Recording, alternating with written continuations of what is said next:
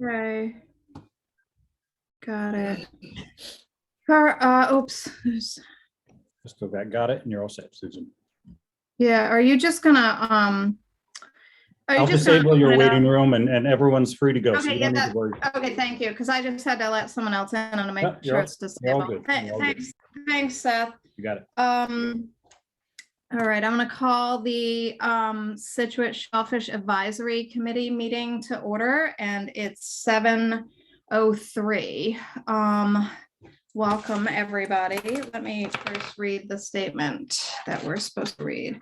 Okay, the Shellfish Advisory Committee is committed to providing an environment of respect during meetings. We ask that all members to interact in a polite manner, even when there is disagreement. We value the participation of our community and want all participants, including marginalized and minoritized communities, to feel welcomed and respected. We ask our committee members and all who participate to commit to these standards to support and respect our community.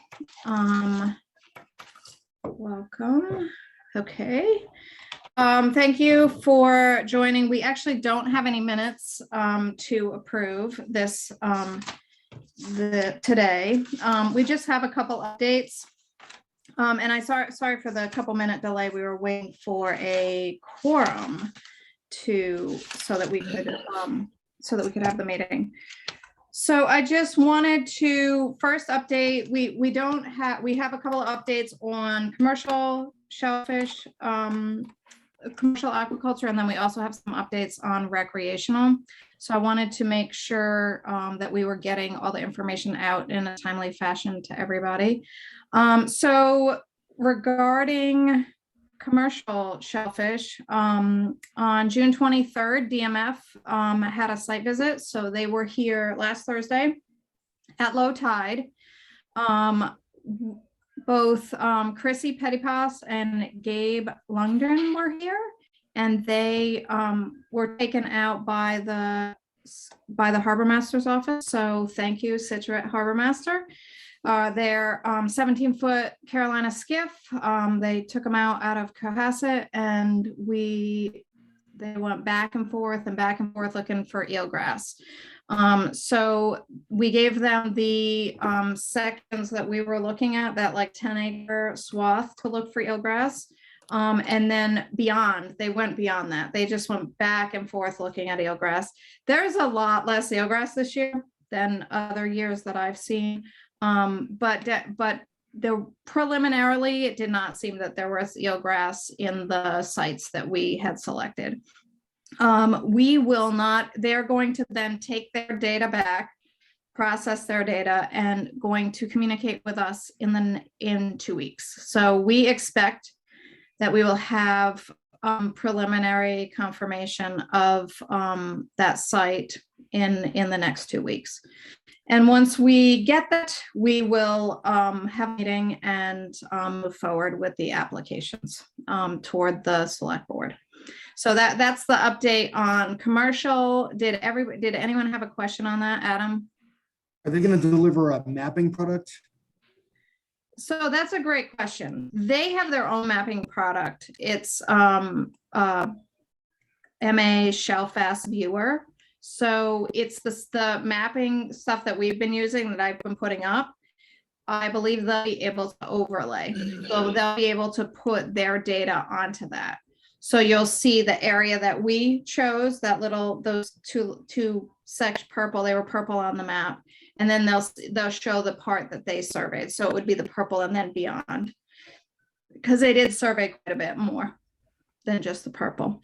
But great question, because it is great. It's great to have it all in one spot.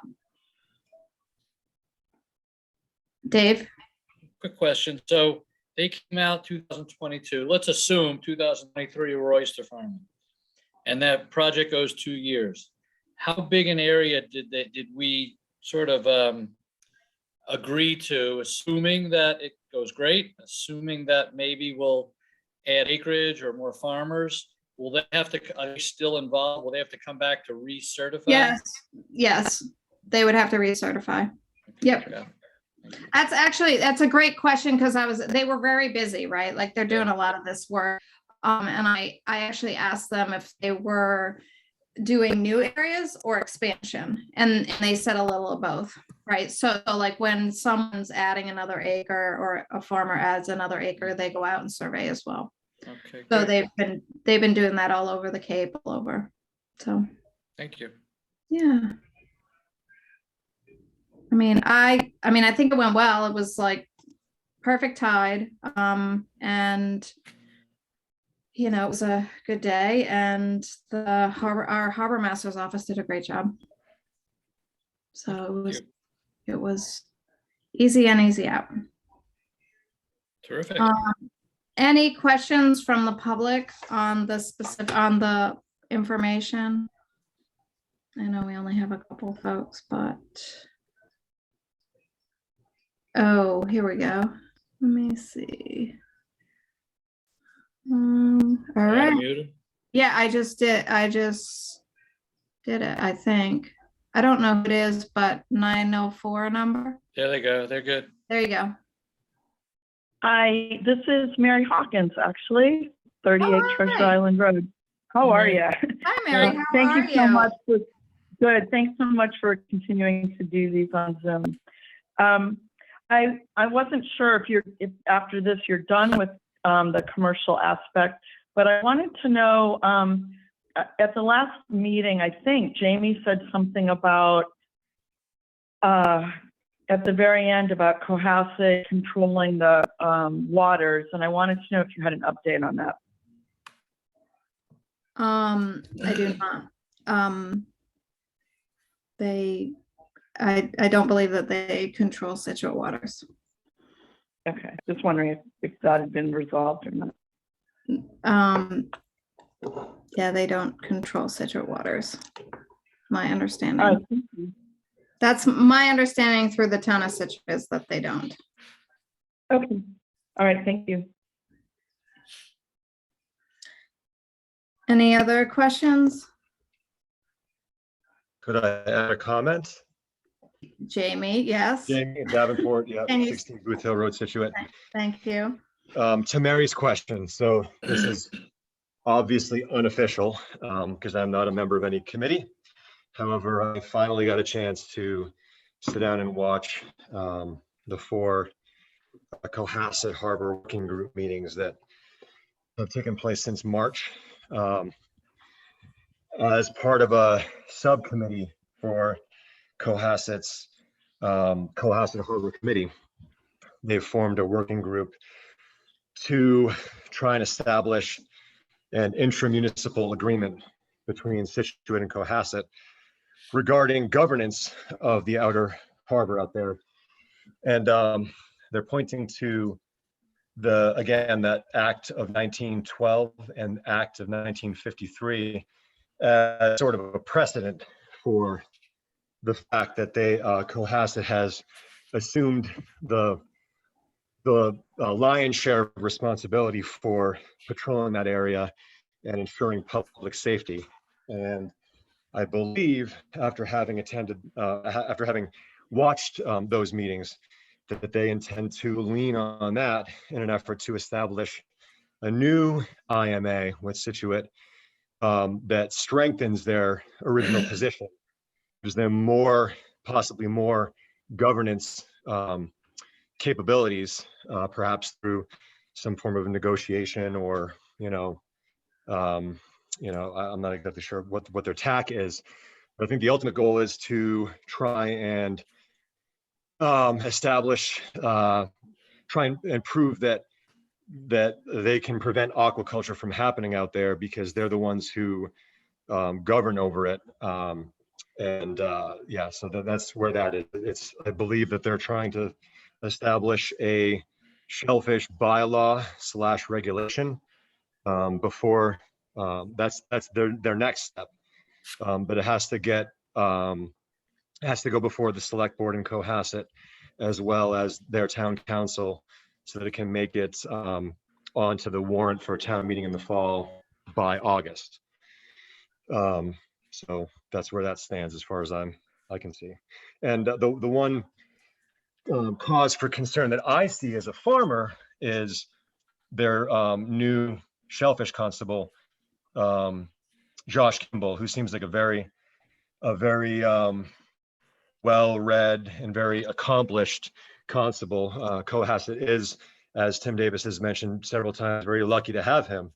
But he seems to have it in his sights to shut down any possibility of landing of shellfish by Scituate farmers in any of the 4 public docks. That would be Margin Streets, Parker Ave, Governor's Island. I believe, I didn't realize there was another landing, there was another dock on Border Street, but they're trying to put a moratorium or right into their shellfish bylaw and regulation to prevent Scituate aquaculturists from landing shellfish.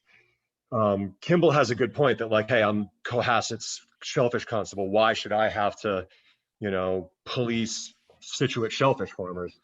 But I still, especially if they're accepting federal money, I don't see how they could possibly shut down landings at those areas, especially if they already have Scituate lobstermen that are fishing out of Cohasset and landing lobster at those same locations. How can you differentiate between a Scituate lobsterman landing lobster and a Scituate, shellfisherman landing oysters? So unclear as to how that could possibly be legal, but it is definitely cause for concern to me. I mean, it won't prevent me from operating an oyster business, but it will definitely make things a little more difficult, having to go around to Scituate Harbor or, wait for an incoming high tide to put a cooler on a 14-foot aluminum dinghy and float it up, mine it to the parking lot. It's, I'm still kind of up in the air as to how I would approach that. But anyways, I just wanted to let people know that, I don't think that Cohasset has done a whole lot of outreach with Scituate. I'm pretty sure our select board is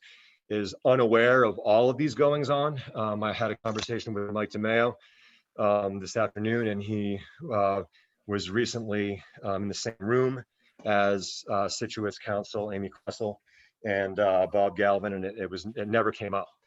So, I'm hoping that we can bring this out more in the forefront and understand that Cohasset, since they have failed to prevent us from moving forward so far, is trying everything at their disposal to stop us. And that's where we are. Excellent update, Jamie. Thank Thank you. you for the update, Jamie. We can escalate to our select board representatives, who's Tony and also Karen. We can Okay. escalate the information that we've received today to them. But I'm unaware of an agreement in the works with Scituate. Okay. And Thank you, Susan. it would have to have both parties.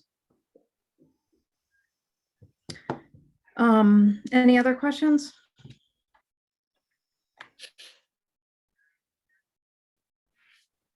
Okay. And then, so on to the, I promised it would be a brief meeting, on to the recreational, which I'm not sure there's people on interested in that, but it's very encouraging information we're getting from DMF. They're expecting, they're on track. They're a little bit off track on the analysis. They're expecting to get it. They've gotten a couple first drafts of data, and they're expecting to get the information mid-July. So we will have, we will have that mid-July from them, and we're very encouraged on that dates because we would think that we would be able to open something this year. We're really hopeful of that. And if we can get the data from them in mid-July, it's very promising. So July seems to be a big time for us on both commercial and recreational. So our next meeting, we should have quite a bit to talk about. Excellent. Any questions on that, on the modeling and they're running the models all every which way, historical. I actually can't wait for the presentation. Are we going to invite them down to make the presentation? I would love for them to explain it. And Yeah. I have said it all along, like I would like This is actually some really interesting work they're doing with modeling, right? Yeah.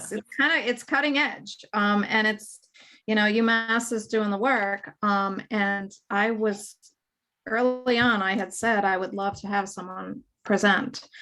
Who's Another actually meeting at the doing the work. library would be great. Yeah. They would do that. Oh, yeah, they'd love that. Beat them up again. It was so much fun last time. This time they can bring their experts. Right.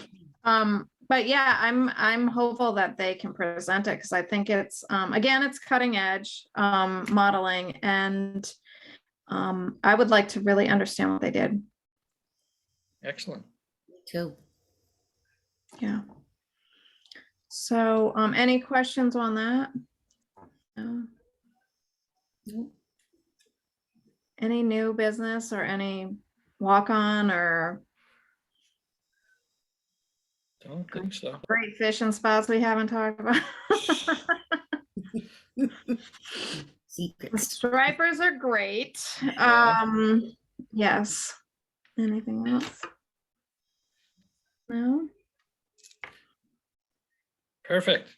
Perfect. Well, I promised it'd be quick, and we wanted to continue to have these meetings so that, they're recorded and people can get an update. I know it's the summer and it's hard for people to meet. We don't have a ton of participants, but we do get a lot of views. So people usually watch it afterwards to get their updates. Excellent. So, okay. Well, This November. what's that? Hopefully we're clamming this November. I hope that we all can go out clamming this November. We can even post the meeting as a site visit. We can all go clamming. How about that? Sounds Awesome. great. Okay, so I will make a motion to adjourn at 7:19. It might be our quickest meeting. Second. Thank you all for attending. Any second? Second. Adam? Those in favor? Aye. Unanimous. Okay, we're adjourned.